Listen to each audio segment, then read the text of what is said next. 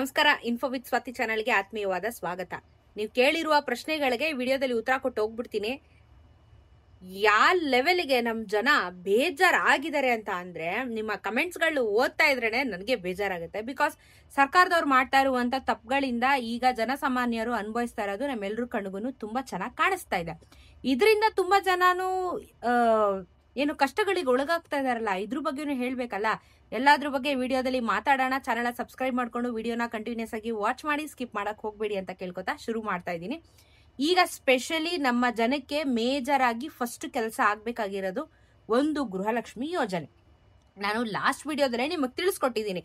ಗೃಹಲಕ್ಷ್ಮಿ ಯೋಜನೆ 23ನೇ ಕಂತಿನ ಹಣ ಸದ್ಯದ ಮಟ್ಟದಲ್ಲಿ ಬಿಡುಗಡೆ ಆಗೋದಿಲ್ಲ ಅಂತ ಕೂಡ ನಿಮ್ಗೆ ತಿಳಿಸ್ಕೊಟ್ಟಿದ್ದೀನಿ. ಯಾಕಂದ್ರೆ ಅದೇನೋ ಸಂಘ ಮಾಡ್ತಾ ಇದಾರಲ್ಲ, ಈಗ 19ನೇ ತಾರೀಕು ಅದ್ರದ್ದು ಉದ್ಘಾಟನೆ ಸಮಾರಂಭ ಇರೋದ್ರಿಂದ ಇವರೆಲ್ಲ ತುಂಬಾ ಬ್ಯುಸಿ ಆಗಿದ್ದಾರೆ. ಯಾರು ಸರ್ಕಾರದವರು ಬ್ಯುಸಿ ಆಗಿ ಅದ್ರ ಬಗ್ಗೆ ಕಾನ್ಸಂಟ್ರೇಷನ್ ಮಾಡ್ತಾ ಇದ್ದಾರೆ ಹೊರತು ಜನಸಾಮಾನ್ಯರಿಗೆ ಆಗ್ತಾ ಇರೋ ತೊಂದರೆ ಬಗ್ಗೆ ಯೋಚನೆ ಮಾಡ್ತಾ ಇಲ್ಲ.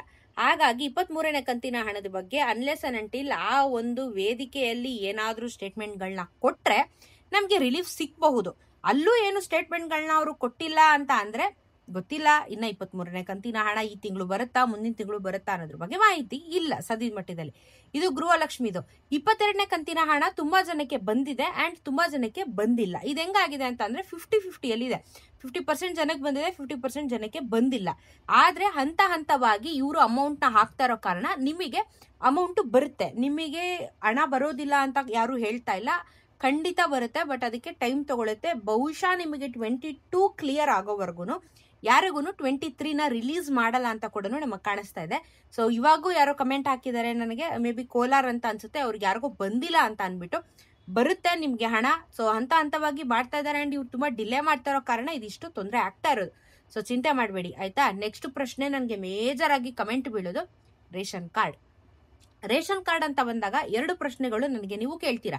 ಹೊಸ ರೇಷನ್ ಕಾರ್ಡ್ಗೆ ಅರ್ಜಿ ಯಾವಾಗ? ನಿಮಗೆ ನೆನಪಿರೋ ಹಾಗೆ ಅಕ್ಟೋಬರ್ ತಿಂಗಳಲ್ಲಿ ಹೊಸ ರೇಷನ್ ಕಾರ್ಡ್ಗೆ ಅರ್ಜಿನ ಬಿಡ್ತೀವಿ ಅಂತ ಹೇಳ್ಬಿಟ್ಟು ಸರ್ಕಾರದವರು ಅನೌನ್ಸ್ಮೆಂಟ್ ನ ಮಾಡಿದ್ರು. ಅದಾದ್ಮೇಲೆ ಇದುವರೆಗೂ ಸೌಂಡೇ ಇಲ್ಲ. ಏನಾಯ್ತು ಅನ್ನೋದ್ರ ಬಗ್ಗೆನೂ ಮಾಹಿತಿ ಇಲ್ಲ. ಅಂದ್ರೆ ರೇಷನ್ ಕಾರ್ಡ್ ಹೊಸ ರೇಷನ್ ಕಾರ್ಡ್ ಅರ್ಜಿ ಸಲ್ಲಿಸೋದಕ್ಕೆ ಸರ್ಕಾರ ಅವಕಾಶನ ಮಾಡ್ಕೊಡ್ಲಿಲ್ಲ. ಕೊಡ್ತೀವಿ ಅಂತ ಅವರೇ ಹೇಳಿದ್ರು, ಇವಾಗ ಕೊಡ್ಲಿಲ್ಲ.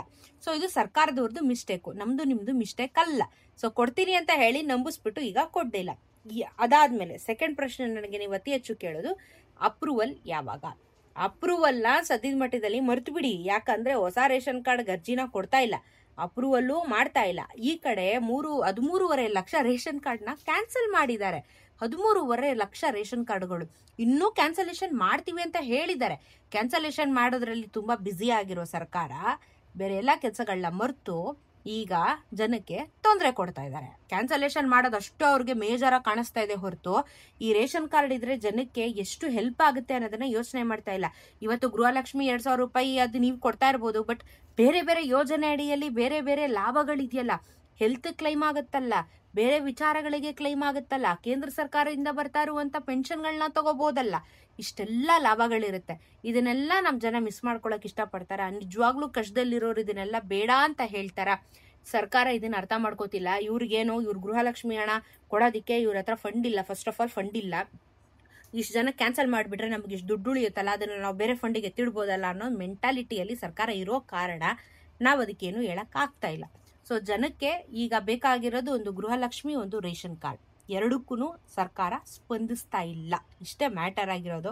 ನೋಡೋಣ ಅದೇನೋ 19ನೇ ತಾರೀಕು ಫಂಕ್ಷನ್ ಅಲ್ಲಿ ಏನಾದ್ರು ಬಾಯ್ ಬಿಡ್ತಾರಾ, ಏನಾದ್ರು ಸಹಾಯ ಮಾಡ್ತಾರಾ ಜನಸಾಮಾನ್ಯರಿಗೆ ಅಂತ ನೋಡಿ ಕಾದು ನಾವು ನೋಡ್ಬೇಕಾಗಿದೆ. ಯಾವುದೇ ಅಪ್ಡೇಟ್ಸ್ಗಳು ಬಂದ್ರೆ ನಾನು ಖಂಡಿತ ವಿಡಿಯೋ ಮಾಡಿ ತಿಳಿಸ್ಕೊಡ್ತಾ ಇದ್ದೀನಿ, ನಿಮಗೆ ತಿಳಿಸ್ತಾನೆ ಇರ್ತೀನಿ. ಸೊ ಚಾನೆಲ್ ನೋಡ್ತಾ ಇರಿ. ಯಾವುದೇ ಅಪ್ಡೇಟ್ಸ್ಗಳಿದ್ರು ನಾನು ವಿಡಿಯೋ ಮಾಡ್ತೀನಿ. APL BPL ಯಾರಿಗೂ ಹೊಸ ರೇಷನ್ ಕಾರ್ಡ್ಗೆ ಅವಕಾಶ ಇಲ್ಲ, ಅಪ್ರೂವಲ್ ಬಗ್ಗೆ ಮಾಹಿತಿ ಇಲ್ಲ. ಅಂಡ್ ಗೃಹಲಕ್ಷ್ಮಿದು ಈ ವಿಚಾರಕ್ಕೆ ಬಂದು ನಿಂತಿದೆ. ಸೊ ನೋಡೋಣ, ಏನಾದರೂ ಅಪ್ಡೇಟ್ಸ್ ಇದ್ರೆ ವಿಡಿಯೋ ಮಾಡ್ತೀನಿ. ಸಿಗೋಣ ಮತ್ತೊಂದಷ್ಟು ವಿಡಿಯೋಂದಿಗೆ. ನಮಸ್ಕಾರ.